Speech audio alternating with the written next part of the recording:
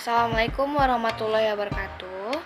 Perkenalkan, nama saya Yusi Rizdaini, NIM saya 29020500014, Program Studi Akuntansi, Fakultas Ekonomi Bisnis, Universitas Pancasakti Bekasi. Tujuan membuat video ini yaitu untuk menyelesaikan tugas mata kuliah dari pengantar akuntansi dari dosen pengampu Bapak M. Gana Mahendra SE MAK AKCA. Di video kali ini saya akan memaparkan tentang jurnal umum. Sebelum masuk ke contoh transaksi jurnal umum, jadi prinsip-prinsip yang perlu diperhatikan dalam jurnal umum. Jadi yang pertama, melakukan pengidentifikasian bukti transaksi keuangan yang dilakukan perusahaan. Contoh dari bukti transaksi seperti faktur, kwitansi, nota, memo, dan lain sebagainya. Yang kedua, menentukan akun apa aja yang terpengaruh dengan transaksi yang terjadi dan menggolongkannya dalam jenis harta, hutang, modal, pendapatan, dan beban. Yang ketiga, menetapkan penambahan atau pengurangan terhadap akun yang terkait dengan transaksi yang dilakukan. Yang keempat, menetapkan untuk mendebit atau mengkredit akun yang terkait dengan transaksi yang terjadi sebelumnya. Yang kelima, mencatat transaksi ke dalam jurnal umum sesuai dengan bukti transaksi yang dilakukannya. Jadi harus menguasai cara menentukan debit dan kredit dalam suatu akun. Contoh soal transaksi untuk membuat jurnal umum. Pada tanggal 5 Januari 2018, Pak Jaya menyetorkan uang sebagai modal usahanya yaitu 500 juta.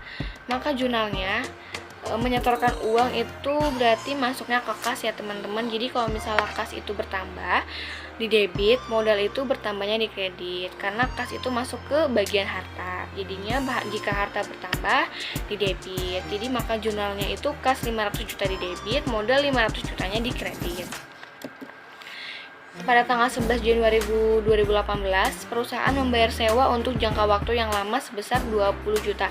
Nah, ini masuknya ke sewa dibayar di muka. Sewa dibayar di muka itu masuknya ke debit ya teman-teman, karena masuknya ini ke harta. Lalu kasnya berkurang. Kalau misalnya kas berkurang itu kan masuknya ke harta. Harta jika berkurang di kredit, maka kasnya itu berkurang di kredit 20 juta. Jadi jurnal umumnya sewa dibayar di muka 20 juta di debit, kas 20 juta di kredit.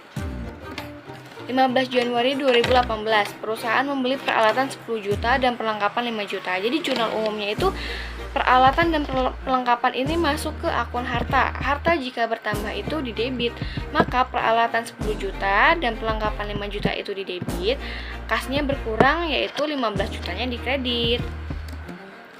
20 Januari 2018, perusahaan menerima uang dari penjualan 10 juta, maka jurnalnya itu perusahaan menerima uang dari penjualan 10 juta. Jadi menerima uang itu masuknya ke harta, kas.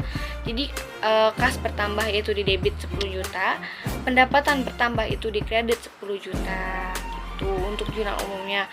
Tanggal 25 Januari 2018, perusahaan membayar gaji karyawan 25 juta. Maka jurnal umumnya beban gaji 25 juta. Maka beban gaji itu beban jika bertambah itu di debit, maka beban gaji 25 juta itu di debit, kasnya berkurang 25 jutanya di kredit. Dari soal berikut, kita membuat jurnal umumnya seperti ini. Di kolomnya itu ada tanggal, deskripsi, referensi, dan debit kredit. Ingat ya teman-teman, ada note di sini.